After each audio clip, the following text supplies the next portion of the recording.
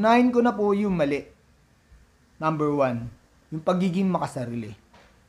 Ito yung part na napaka-toxic sa isang relasyon. Ito yung gumawa ng isang bagay, si Daniel Padilla, na hindi niya inisip ang nararamdaman at iisipin ni Catherine Bernardo. Minsan talaga sa isang relasyon, nagiging kampante tayo. Ayan. Minsan, nakakagawa tayo ng isang bagay na hindi natin alam, nakakasakit na pala tayo sa ating partner. Number 2, lagi mong nakikita ang mali ng iyong partner. Pero ang pagkakamali mo ay hindi. Dahil masaya kang ginagawa ito. Example na lang nito. Lagi na lang nakikita ni Daniel Padilla ang paninita at pagtatampo ni Catherine. Siyempre, naiinis siya. It's normal. Pero ang totoo nito, ang pagkakamali ni Daniel Padilla ay sadyang ikinatsasaya niya. Ini-enjoy niya. I mean, yung pagkakamali niya,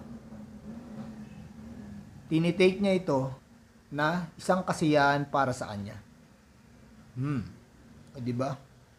Number 3, hindi may tatama ang mali ng isa pang pagkakamali.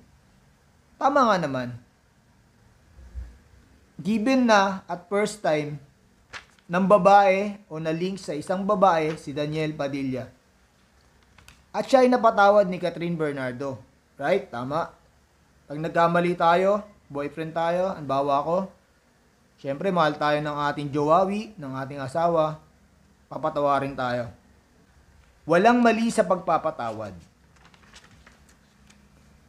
Subalit, itong si Daniel ay inulit na naman ang kanyang pagkakamali. So, ang ibig sabihin, nagkamali na siya, nagkamali ulit, nagkamali ulit. Nagkamali, pinatawad, nagkamali, pinatawad, nagkamali. Meaning, paulit-ulit. So, doon naman tayo sa tama.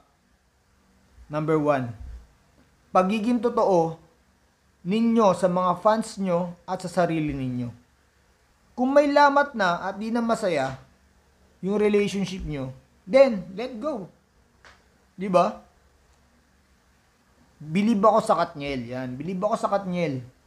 At napakatapang nila para gawin ang breakup. Sa tingin ko, ito ang tamang paraan para maging totoo. Ang hirap kasi, lalo na sila ay celebrity. Ang ipapakita nyo sa mga fans nyo ay okay kayo.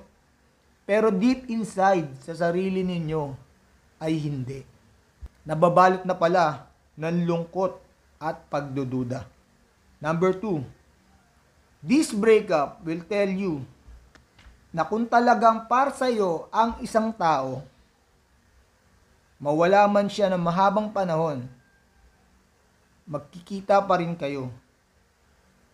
Take note kapag tama na ang mali at pwede na ang hindi. Ayun, sa tingin ko, darating talaga yung time na after this breakup, magkikita pa rin kayo. Malay natin. At sabi nga, kapag nagkita kayo, 50% ay para kayo sa isa't isa.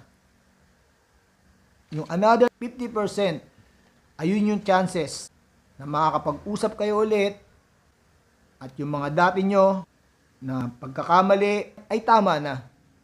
At nagiging totoo na kayo sa feelings nyo para sa isa't isa. Sabi nga nila, walang imposible sa isang relasyon kapag ang magpartner ay nagmamahalan.